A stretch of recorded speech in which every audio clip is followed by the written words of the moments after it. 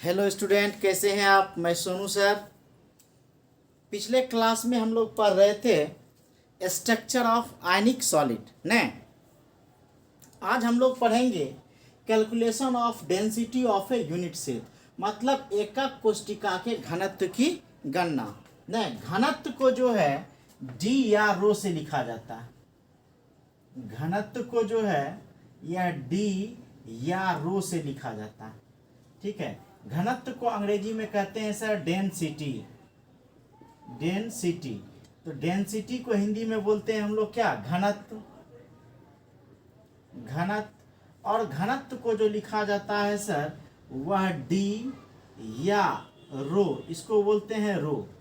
D या रो से इसको लिखा जाता है घनत्व को। अब समझेंगे कि यह डी या रो को हम कैसे निकालेंगे। काफ़ी इम्पोर्टेंट है और महत्वपूर्ण है, बड़ा ध्यान देंगे इसमें। कि कहता है डेंसिटी ऑफ ए ना डी आर ओ निकालने के लिए कि कोई भी यूनिट सेल है। ध्यान दीजिए कि यह हमारा यूनिट सेल है, यह हमारा यूनिट सेल है। तो इस यूनिट सेल में क्या होगा, आप पढ़े हैं कि कोई भी यूनिट सेल बना होगा तो वह एटम से बना होगा। हर कॉर्नर पर या जहां भी हो एटम होगा। नहीं, यहाँ क्या होगा, एटम होगा। पढ़े हैं। अब यह यूनिट सेल का जो यह किनारा है ये वाला, इसको हम ए कहते हैं, या इसको भी ए कहते हैं, या इसको भी हम लोग क्या कहते हैं, ए कहते हैं। लंबाई सबका ए होता है। नहीं, अब कहता है कि अगर घनत्व निकालना है तो हमको पता करना होगा कि यूनिट सेल का लंबाई चौड़ाई ऊंचाई क्या है, और इसके अलावे हमको पता करना होगा कि एक एटम का घनत्व कितना है। अगर इतना हमको पता चल जाए तो हम लोग किसी भी क्रिस्टल का डेंसिटी क्या कर सकते हैं, ज्ञात कर सकते हैं। अब एक चीज आइए, तो यह यूनिट सेल के लिए अलग अलग न, एटम के लिए जो ये अलग अलग यूनिट सेल है इसके लिए परमाणु संख्या का मान अलग अलग होता। जैसे हम लोग पढ़े थे कि सिंपल क्यूबिक के लिए न जेड का मान, जेड का मान पढ़े थे। सिंपल क्यूबिक के लिए क्या होता है, 1 होता है। बड़ी सेंटर क्यूबिक के लिए क्या होता है, 2 होता है। एफसीसी या एचसीपी के लिए जो होता है वह होता है कितना, 4। ठीक है, उसके बाद हम लोग देखे थे ईसीसी, जनरली तो आता नहीं है। ईसीसी के लिए हम लोग देखे थे 2 न। तो ये हम लोग जेड का मान देखे थे पिछले क्लास।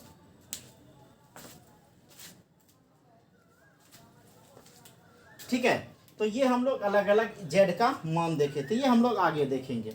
अब डेंसिटी निकालना है तो क्या करेंगे, तो कहता है कि यूनिट सेल के सबसे पहले तो किनारा निकाल लें। तो यूनिट सेल के किनारे की, यूनिट सेल के किनारे की लंबाई बराबर ए सेंटीमीटर। हम लोग यहाँ सेंटीमीटर में लिए, तो यूनिट सेल के किनारे की लंबाई क्या हो गया, ए सेंटीमीटर, मतलब एक, तो ए हो गया। अब घन का आयतन निकालना है, मतलब अगर यूनिट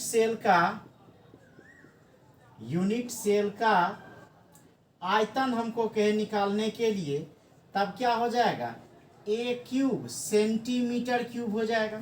ए क्यूब क्योंकि लंबाई चौड़ाई ऊंचाई, ए क्यूब सेंटीमीटर क्यूब। अब कहता है कि यूनिट सेल का घनत्व, यूनिट सेल का घनत्व, यूनिट सेल का घनत्व बराबर होता है, घनत्व को किससे लिखते हैं, डी या रो से। यूनिट सेल का घनत्व बराबर होता है यूनिट सेल का द्रव्यमान, यूनिट सेल का द्रव्यमान,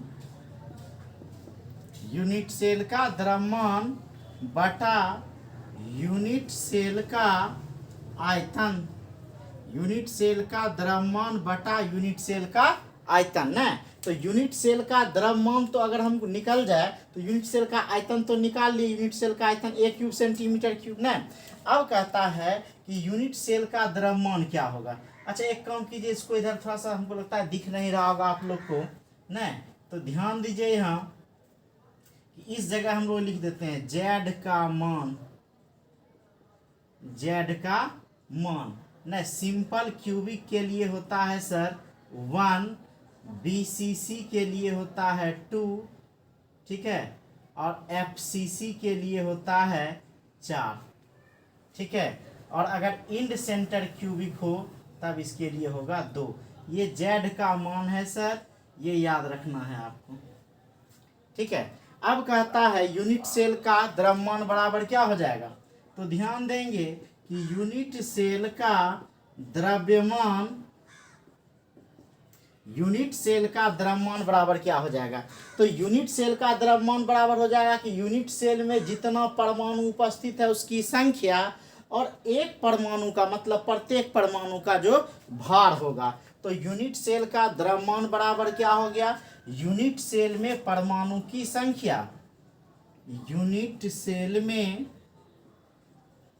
परमाणु की संख्या, यूनिट सेल में परमाणु की संख्या को Z से लिखते हैं, ठीक है। और क्या हो जाएगा, प्रत्येक एटम का भार क्या हो जाएगा, प्रत्येक गुना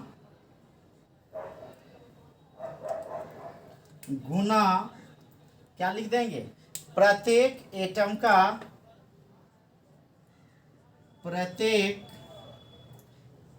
का द्रव्यमान, प्रत्येक एटम के द्रव्यमान को हम लोग छोटी m से लिखते हैं। जैसे यूनिट सेल में परमाणु का संख्या है, इसको हम लोग Z से लिखते हैं, तो इस द्रव्यमान को किससे लिखते हैं हम लोग, m से लिखते हैं। तो प्रत्येक एटम का द्रव्यमान, अगर एटम का द्रव्यमान हमको निकल जाए तो यूनिट सेल का द्रव्यमान पता चल जाएगा ना। तो कहता है एटम का द्रव्यमान बराबर होता है, एटम का द्रव्यमान बराबर, यह जो हमारा वैल्यू है सर किसका वैल्यू है, Z का वैल्यू है, दिमाग में रखिएगा। एटम का क्या हो जाएगा, द्रव्यमान, तो हो जाएगा यहाँ एटम का परमाणविक द्रव्यमान, एटम का परमाणविक द्रव्यमान, एटम का परमाणविक द्रव्यमान, एटम का परमाणविक द्रव्यमान को बड़ी M से लिखते हैं सर, ठीक है। और बटा एवोगाड्रो नंबर,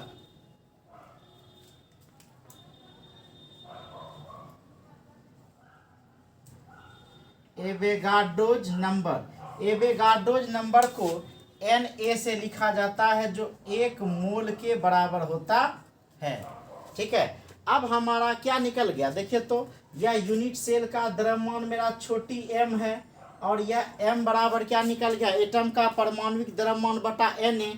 तो हम लोग लिख सकते हैं क्या, यूनिट सेल का द्रव्यमान, यूनिट सेल का